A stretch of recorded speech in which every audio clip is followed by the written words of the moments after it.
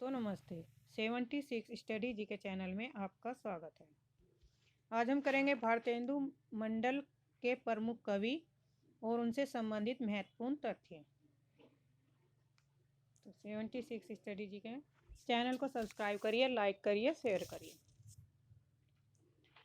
बद्री नारायण चौधरी प्रेमधन के बारे में पढ़ेंगे, जो भी महत्वपूर्ण तथ्य हैं एग्जाम की दृष्टि से।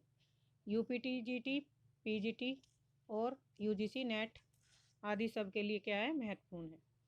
बद्री नारायण चौधरी प्रेमधन की समस्त काव्य कृतियों का संकलन प्रेमघन सर्वस शीर्षक से किया गया है। तो प्रेमधन की जितनी भी समस्त काव्य रचनाएं हैं उनका संकलन किसमें किया गया है, प्रेमघन सर्वस शीर्षक में। प्रेमधन उर्दू में अब्र नाम से कविताएं लिखते थे। तो प्रेमधन उर्दू में किस नाम से कविताएं लिखते थे, अब्र नाम से। प्रेमधन ने दादा भाई नौरोजी के पार्लियामेंट के स्वस्थ चुने जाने पर हर्षपूर्ण तथा विलायत में उन्हें काला कहने पर क्षोभपूर्ण कविताएं लिखी, यानी कि व्यंग्यपूर्ण। भारतेंदु द्वारा रचित पुरुषोत्तम पंचक तथा बकरी विलाप के अनुसरण पर प्रेमधन ने क्रमश व्रजचंद पंचक तथा पितर विलाप शीर्षक कविताएं भी लिखी। किनके अनुसरण पर, जो भारतेंदु और ईशचंद ने पुरुषोत्तम पंचक और बकरी विलाप जैसी कविताएं लिखी हैं, तो उनके आधार पर प्रेमधन ने व्रजचंद पंचक, पितर विलाप शीर्षक कविताएं लिखी। आनंद अरुणोदय शीर्षक इनकी कविता देशभक्ति की भावना से युक्त है। देशभक्ति की भावना से कौन सी कविता संबंधित है, तो आनंद अरुणोदय। मयंक महिमा इनकी खड़ी बोली हिंदी की रचना है। प्रेमधन की खड़ी बोली हिंदी की रचना कौन सी है, तो मयंक महिमा। इनकी कविताओं में यतिभंग प्राय मिलता है। देखिए यहाँ पे ऑब्जेक्टिव टाइप के क्वेश्चन हो रहे हैं जो वन लाइनर है। अब है प्रताप नारायण मिश्र से संबंधित महत्वपूर्ण तथ्य। प्रताप लहरी इनकी प्रतिनिधि कविताओं का संकलन है, यानी कि प्रताप नारायण मिश्र के प्रतिनिधि कविताओं का संकलन कौन सी कविता है, तो प्रताप लहरी रचना में। हास्य व्यंग्यात्मक कविताओं के क्षेत्र में प्रताप नारायण मिश्र का अग्रणी स्थान है। तो हास्य व्यंग्यात्मक कविताएं लिखने में किस कवि का नाम है, प्रताप नारायण मिश्र का। प्रेमधन की भांति ही इन्होंने भी लावनी शैली में अनेक कविताएं लिखी। किन्होंने, प्रताप नारायण मिश्र ने। किसकी भांति लिखी है लावनी शैली में, तो प्रेमधन की समान। इन्होंने हरगंगा, त्रेप्यताम, बुढ़ापा, हिंदी की हिमायत शीर्षक से महत्वपूर्ण कविताएं लिखी गई। इनकी मन की लहर कविता में बाल विधवाओं की करुण दशा का मार्मिक चित्रण हुआ है। किनकी कविताओं में बाल विधवा की करुण दशा का मार्मिक चित्रण है, तो प्रताप नारायण मिश्र की द्वारा रचित है मन की लहर नामक कविता में बाल विधवाओं की करुण दशा का मार्मिक चित्रण हुआ है। नेक्स्ट है, इनकी देशभक्ति पर कविताओं के व्यंग में अद्भुत मारक शक्ति है। ठाकुर जगमोहन सिंह। ठाकुर जगमोहन सिंह अपनी स्वच्छंदतावादी प्रवृत्ति और प्रकृति चित्रण के लिए प्रसिद्ध हैं। तो ठाकुर जगमोहन सिंह किसके लिए प्रसिद्ध है, स्वच्छंदतावादी प्रवृत्ति और प्रकृति चित्रण के लिए। इन्होंने श्रृंगार और प्रकृति सौंदर्य परक कविताओं की रचना की। किन्होंने, ठाकुर जगमोहन सिंह ने। इनके द्वारा विंध्य क्षेत्र की प्रकृति का वैविध्यपूर्ण वर्णन है। अलंकारों का स्वाभाविक नियोजन भारतेंदु युग में सर्वाधिक इनमें ही दृष्टिगोत होता है। जो सबसे अधिक प्रयोग अलंकारों का स्वाभाविक नियोजन किया, तो किसने किया, ठाकुर जगमोहन सिंह ने अपनी रचनाओं में किया है भारतेंदु युग में। नेक्स्ट है, इनके द्वारा अनुदित ऋतु संहार और मेघदूत ब्रज भाषा की सभी कृतियां हैं।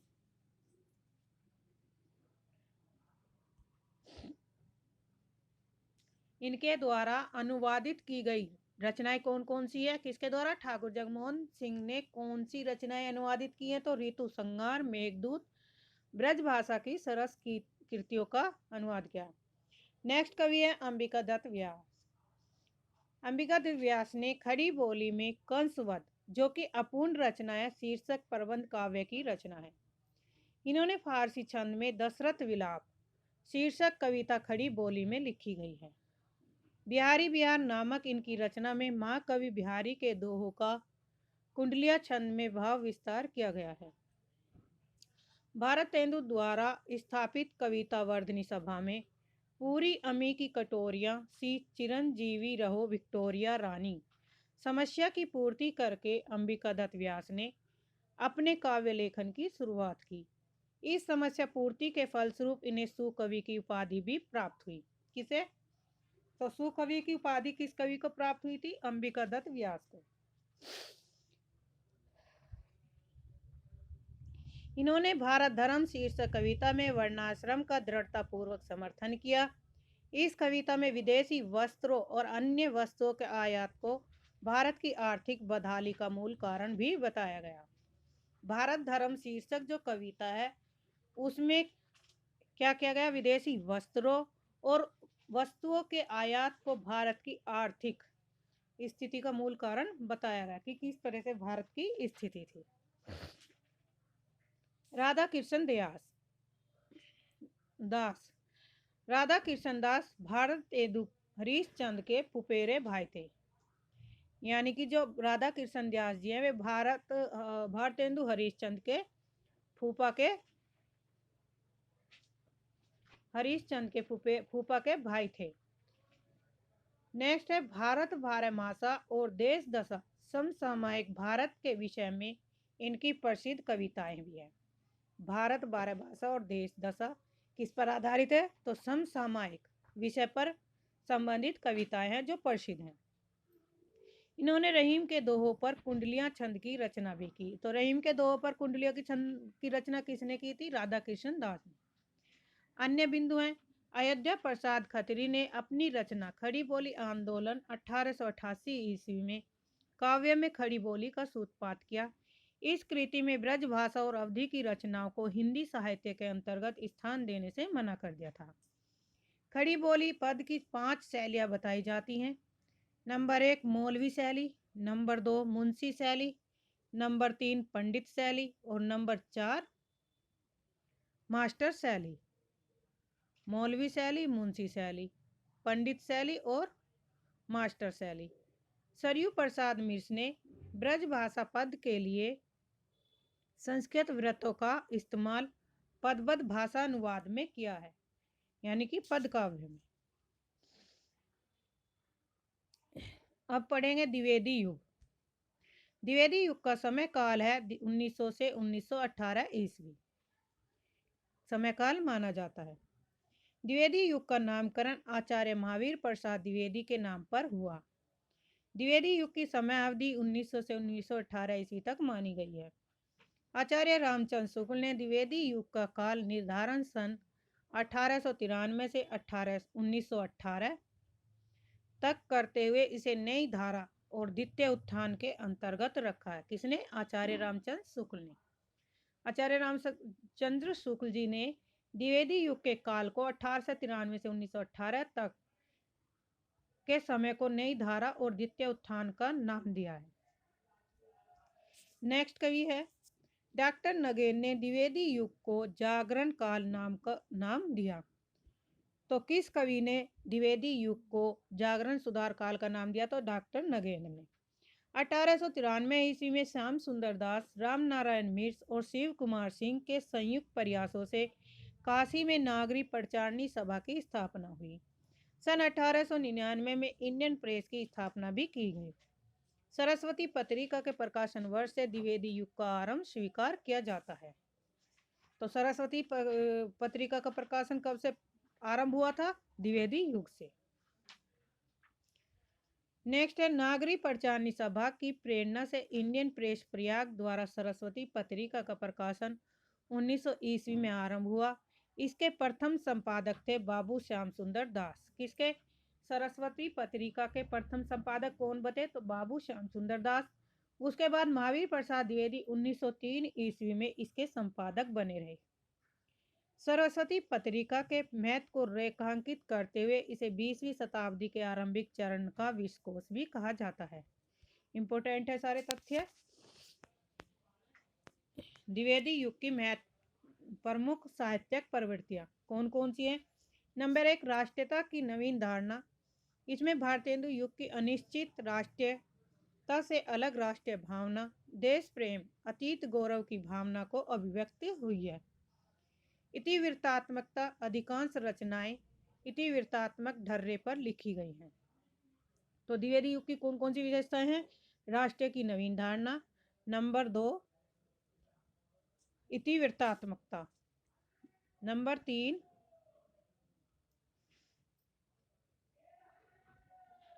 नैतिकता एवं आदर्शवादिता।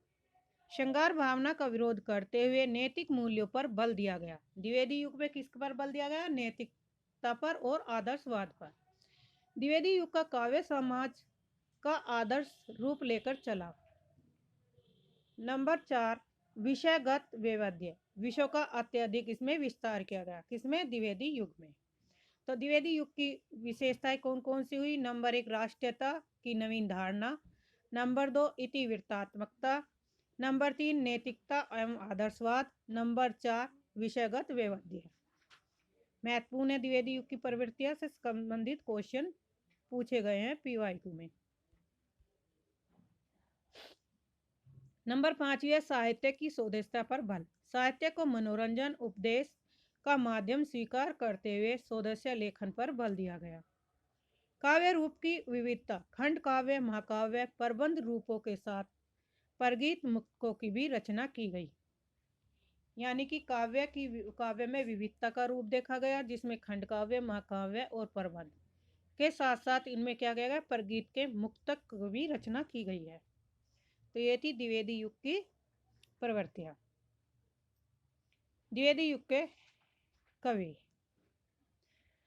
पहले हैं श्रीधर पाठक। श्रीधर पाठक का समय काल है 1859 इसी समय काल माना जाता है। श्रीधर पाठक खड़ी बोली हिंदी के प्रथम कवि स्वीकार किए जाते हैं। साथ ही खड़ी बोली के प्रथम स्वच्छंदतावादी कवि भी माने जाते हैं। तो प्रथम स्वच्छंदतावादी कवि कौन है? श्रीधर पाठक। नेक्स्ट है सुसंदेश। श्रीधर पाठक की रहस्यवादी कविता भी है। सुसंदेश के रहस्यवादी कविता किसकी है? तो श्रीधर पाठक की।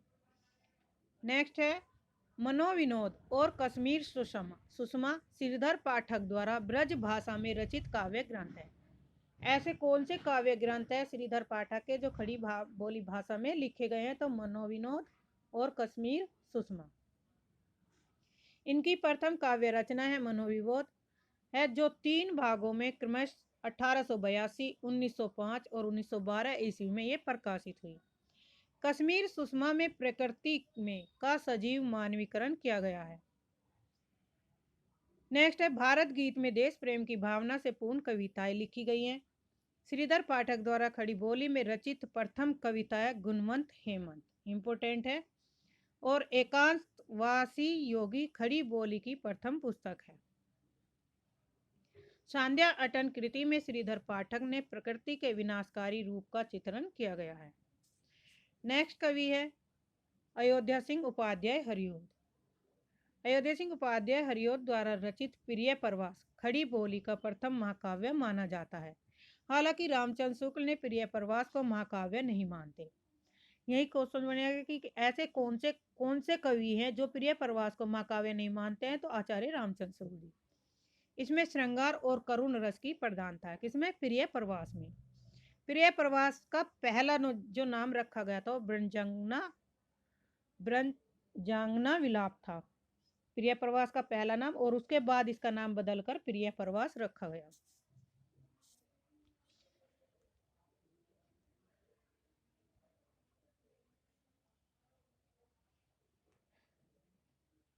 प्रिय प्रवास में प्रकृति और मानवीय भावनाएं एकाकार हो गई हैं। इसमें 17 सर्ग, 7 प्रकार के छंद शामिल है। किसमें? प्रिय प्रवास में 17 सर्ग दिए गए हैं और 7 प्रकार के छंद शामिल किए गए हैं, जिनके उनके नाम है मालिनी, मंदाक्रांता, वंशज, बसंत तिलका, धूर्त विलंबित, साधुर विकृत और शिखरणी। ये क्या है? छंदों के नाम हैं। रस कलश ब्रज भाषा में लिखित रीति ग्रंथ है। इसमें नायिका भेद के अंतर्गत देश प्रेमिका, लोक प्रेमिका, जाति प्रेमिका और परिवार प्रेमिका का वर्णन किया गया है। वैदेही वनवास में सीता परित्याग की कथा का वर्णन है और इसमें 15 सर्ग है। वैदेही वनवास में कितने सर्ग हैं? 15। हरिओद द्वारा रचित चुभते चौबते और चोखे चौबते मुहावरेदार भाषा में लिखी गई रचना है। नेक्स्ट है, इन्हें गणपति चंद्रगुप्त ने आधुनिक काल का सूरदास भी कहा है। तो आधुनिक काल का सूरदास किसे कहा गया है? हरिओद जी को। नेक्स्ट कवि है महावीर प्रसाद द्विवेदी। महावीर प्रसाद द्विवेदी का जन्म रायबरेली के दौलतपुर गांव में हुआ था। द्विवेदी जी ने गद्य और पद्य दोनों के लिए खड़ी बोली में सामान्य बोलचाल की भाषा को प्राथमिकता दी। खड़ी बोली हिंदी के विकास के लिए द्विवेदी जी ने अथक प्रयास किया। ये भाषा की शुद्धता एवं वर्तनी की एक रूपता के जबरदस्त समर्थक थे। आचार्य रामचंद्र शुक्ल ने लिखा है कि हम पंडित महावीर प्रसाद द्विवेदी को पद रचना की एक प्रणाली के प्रवर्तक के रूप में मानते हैं। वेरी इंपॉर्टेंट है। महावीर प्रसाद द्विवेदी के अनुदित और मौलिक ग्रंथों की संख्या 80 के लगभग है। महावीर प्रसाद द्विवेदी ने लिखा है कि कविता का विषय मनोरंजन एवं उपदेशक होना चाहिए।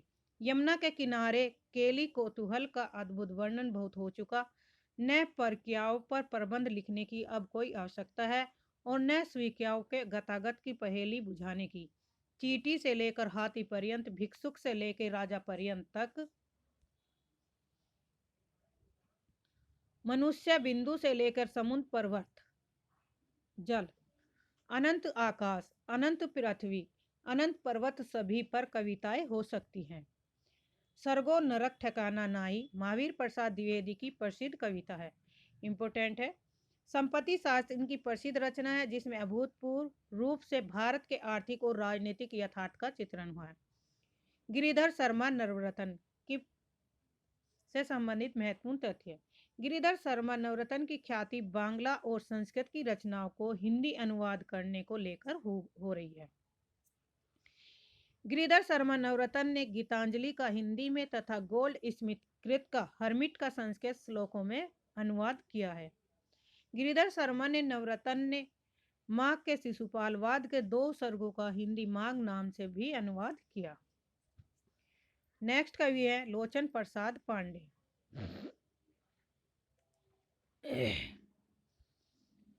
लोचन प्रसाद पांडे को उनकी साहित्य सेवाओं के फलस्वरूप काव्य विनोद और साहित्य वाचस्पति की उपाधियां प्राप्त हुई। लोचन प्रसाद पांडे ने चित्तौड़ के भीमसेन के स्वत्व त्याग की कथा नंद की रास पंचाध्याय के ढंग पर लिखी गई है। लोचन प्रसाद द्वारा रचित मृत्यु दुख मोचन से उनका पशुओं के प्रति लगाव स्पष्ट देखा जा सकता है। नथुराम शर्मा शंकर। नथुराम शर्मा शंकर ने राजा रवि वर्मा के चित्रों के आधार पर कई कविताएं लिखी।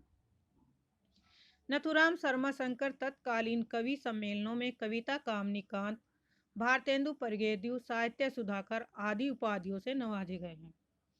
नथुराम शर्मा शंकर द्वारा रचित गर्भरंडा रहस्य में विधवाओं की बुरी स्थिति और देव मंदिरों के दुराचार का वर्णन है। नथुराम शर्मा समस्या पूर्ति अत्योक्ति कविता करने में कुशल कवि थे।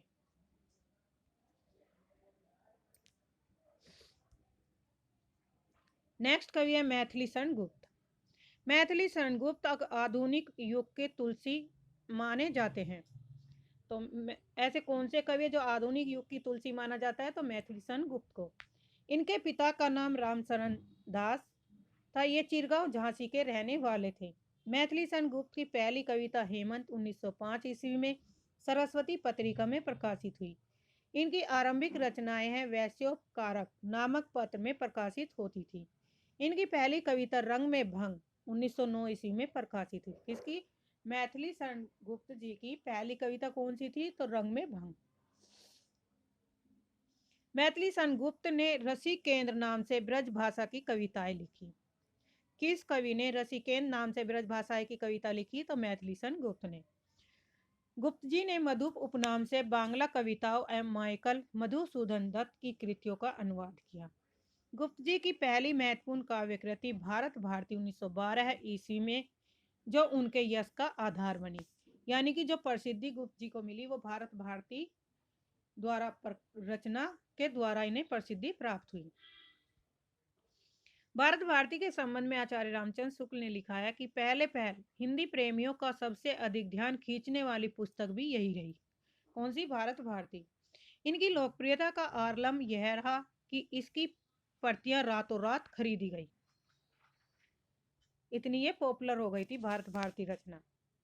मैथिली सन गुप्त ने अपना काव्य गुरु महावीर प्रसाद द्विवेदी को माना है कि मैथिली सन गुप्त ने अपना काव्य गुरु किस कवि को माना है? तो महावीर प्रसाद द्विवेदी को।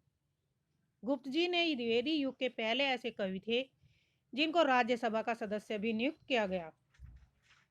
मैथिली सन गुप्त जी जो थे राज्यसभा के सदस्य भी नियुक्त किए गए थे। अब पढ़ेंगे मैथिली सन द्वारा रचित भारत भारती की पुस्तक के बारे में। इसका समय काल है 1912 में प्रकाशित हुई। भारत भारती की रचना मुसद्दस्से हाली तथा ब्रजमोहन दत्तात्रेय केफी द्वारा रचित भारत दर्पण की प्रेरणा अथवा प्रतिक्रिया स्वरूप मानी जाती है। भारत भारती की कथा वस्तु 3 भागों में बटी है। नंबर 1 अतीत खंड, नंबर 2 वर्तमान खंड और नंबर 3 भविष्यत खंड। गुप्त जी ने भारत भारती के पहले संस्करण की प्रस्तावना में लिखा है कि संसार में ऐसा काम नहीं जो सचमुच उद्योग से न हो सके, परंतु उद्योग के लिए उत्साह की आवश्यकता है। बिना उत्साह के उद्योग नहीं हो सकता। इसी उत्साह को, इसी मानसिक वेग को उत्तेजित करने के लिए कविता एक उत्तम साधन है। मेरा विश्वास है कि जब तक हमारी बुराइयों की तीव्र आलोचना न होगी तब तक हमारा ध्यान उनको दूर करने की ओर समुचित रीति से आकर्षित न होगा। भारत भारती के संबंध में बच्चन सिंह का कथन। हिंदी भाषा भाषी क्षेत्र में इतने व्यापक स्तर पर राष्ट्रीय सांस्कृतिक चेतना जगाने का जो काम अकेले भारत भारती ने किया उतना अन्य किसी पुस्तकों ने मिलकर भी नहीं किया। यह कथन किसका है? बच्चन सिंह का है।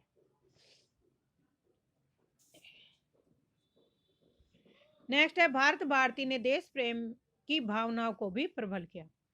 नेक्स्ट पुस्तक है साकेत। साकेत मैथिली सन गुप्त को साकेत लिखने की प्रेरणा सन 1908 ईस्वी में सरस्वती पत्रिका में महावीर प्रसाद द्विवेदी द्वारा छदम नाम भुजंग भूषण भट्टाचार्य से लिखे कवियों की उर्मिला विषयक उदासीनता शीर्षक से लिखी गई है। इंपोर्टेंट है, ये पीवाई के क्वेश्चन यूजीसी नेट में भी पूछा गया है कि कौन सी पुस्तक से इन्हें प्रेरणा मिली? भुजंग भूषण भट्टाचार्य से लिखे कवियों की उर्मिला विषयक उदासीनता शीर्षक लेख से मिली। महावीर प्रसाद द्विवेदी का यह लेख रविंद्रनाथ टैगोर के लेख काव्य उपेक्षिता से प्रभावित था। साकेत शब्द भाषा का शब्द है जिसका अर्थ है अयोध्या। और साकेत शब्द कौन सी भाषा का है? तो ये पाली भाषा का शब्द है और इसका अर्थ होता है अयोध्या। साकेत को डॉक्टर नगेन ने जनवादी काव्य की संज्ञा दी। साकेत रामकथा पर आधारित है और राम को यहाँ आधुनिक मानव के रूप में प्रस्तुत किया गया है।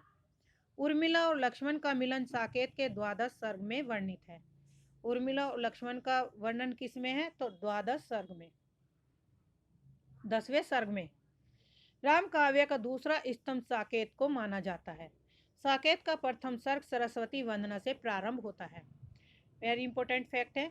साकेत रचना में प्रथम, अष्टम और द्वादश सर्ग के उत्तरार्ध में उर्मिला और लक्ष्मण के मिलन को वर्णन किया गया है। कौन कौन से सर्ग में किया गया? प्रथम में, 8वें में और 10वें में। इस ग्रंथ में उर्मिला प्रधान चरित्र है। उसका नायक लक्ष्मण से वियोग और वियोग से उसकी अधीरता और साथ साथ धैर्य और प्रमुख वर्ण्य विषय है, जिसमें कथा के 12 सर्गों में विभक्त है। यानी कि साकेत में कितने सर्ग हैं? 12 सर्ग। नवम सर्ग इस ग्रंथ की जान है। यही सार्वधिक मार्मिक भी है और इसमें उपेक्षिता विरहिणी उर्मिला की विरह वेदना और पीड़ा का मार्मिक चित्रण है। इंपोर्टेंट है सारे कथन इसमें। 1936 ईस्वी में साकेत के लिए गुप्त जी को मंगला प्रसाद पारितोषिक पुरस्कार भी दिया गया है। गुप्त जी की अन्य रचनाएं हैं मेघनाथ वध, मैथिली सन गुप्त की अतुकांत रचना, यशोधरा काव्य गौतम बुद्ध के गृह त्याग की घटना पर आधारित है। यशोधरा जो रचना है वो किस पर है? गौतम बुद्ध के गृह त्याग की घटना पर आधारित। भारतेंदु मंडल के लगभग सभी लेखक पत्रकार भी थे। जगन्नाथ दास रत्नाकर भक्तिकाल और रीतिकाल के समन्वयस्क के रूप में जाने जाते। जो जगन्नाथ दास रत्नाकर कवि हैं वे भक्तिकाल और रीतिकाल के समन्वयस्क के रूप में जाने जाते हैं। रामनरेश त्रिपाठी स्वच्छंदतावाद के दूसरे सबसे बड़े कवि हैं।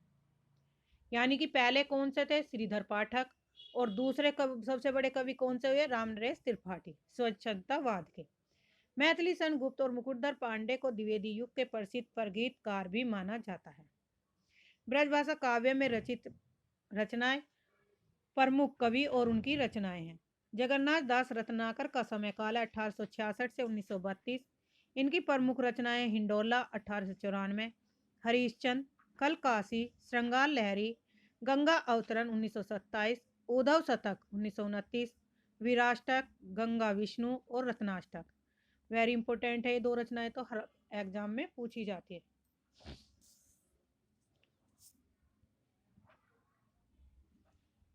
नेक्स्ट कवि है सत्यनारायण कविरत्न। इनका समय काल है 1880 से 1918। इनकी रचनाएं भ्रमरदूत, प्रेम कली और हृदय तरंग। यह इसमें समस्त रचनाओं का संकलन है। जगन्नाथ दास रत्नाकर ने पोप के एसे ऑन क्रिटिज्म का रोला छंद में समालोचनादर्श नाम से अनुवाद किया। जगन्नाथ दास रत्नाकर उर्दू में जकी उपनाम से कविताएं भी लिखते थे। सत्यनारायण कविरत्न ने लॉर्ड मैकाले की प्रसिद्ध रचना होरेसस का ब्रज भाषा में अनुवाद किया। भवभूति के उत्तर रामचरितम और मालती माधव का भी इन्होंने ब्रज भाषा में अनुवाद किया।